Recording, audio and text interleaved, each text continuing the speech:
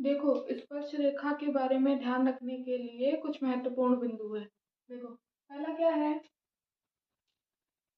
जैसे कोई वृत्त है, इसका कोई एक बिंदु है, तो इस एक बिंदु से एक ही स्पर्श रेखा जा सकती है। ठीक है।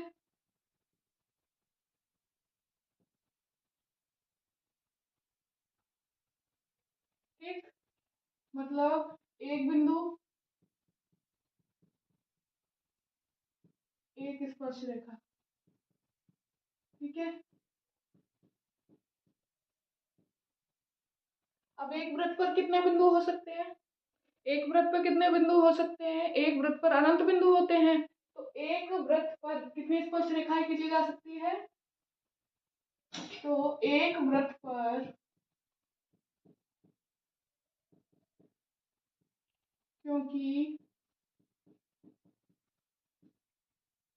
अनंत बिंदु होते हैं, होते नहीं होते, एक वृत्त पर अनंत बिंदु होते हैं,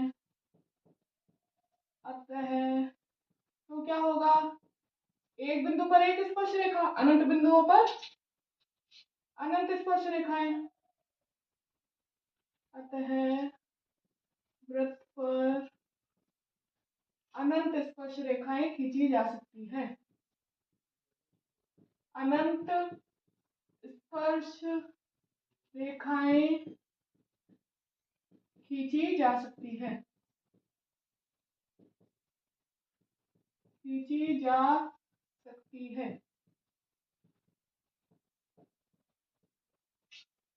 एक वृत्त पर। ठीक है। दूसरा क्या है? दूसरा है, जैसे ये जो स्पर्श रेखा है ना, छेदक रेखा की एक स्थिति है। कैसे है? देखो, छेदक रेखा बनाई मैंने, ऐसे बन गई, छेदक रेखा है।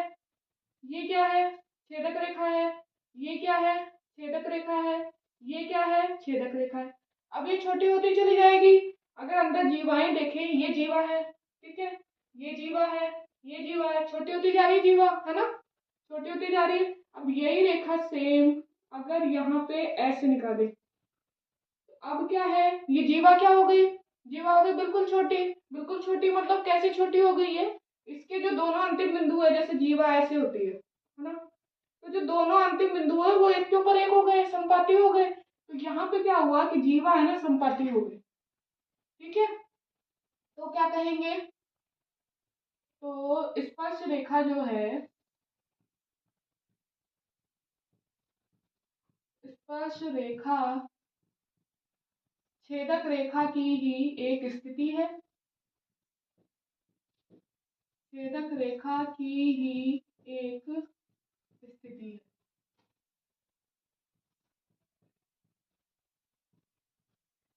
कैसे? जब क्या होता है, जब इस रेखा के संगत जो जीवा है, क्या हो जाएगी, संगत जीवा के दोनों बिंदु, के दोनों अंतिम बिंदु, बीच का कोई बिंदु नहीं, कौन कौन से, दोनों अंतिम बिंदु क्या हो जाएंगे, संपाती। ठीक है।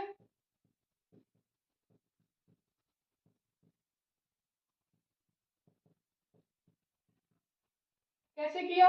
छेदक रेखा बनाई, फिर इतनी जीवा काम में आ रही है, छेदक रेखा बनाई, थोड़ी छोटी जीवा है, छेदक रेखा बनाई, उससे छोटी, उससे छोटी, और यहाँ जाके क्या होगा कि जो रेखा होगी वो जब टच करेगी यहाँ पे, तो एक ही बिंदु पर टच करेगी, मतलब यहाँ पे जीवा क्या है, जीवा के जो दोनों अंतिम बिंदु है संपाती हो गए, मतलब एक के ऊपर एक हो गए।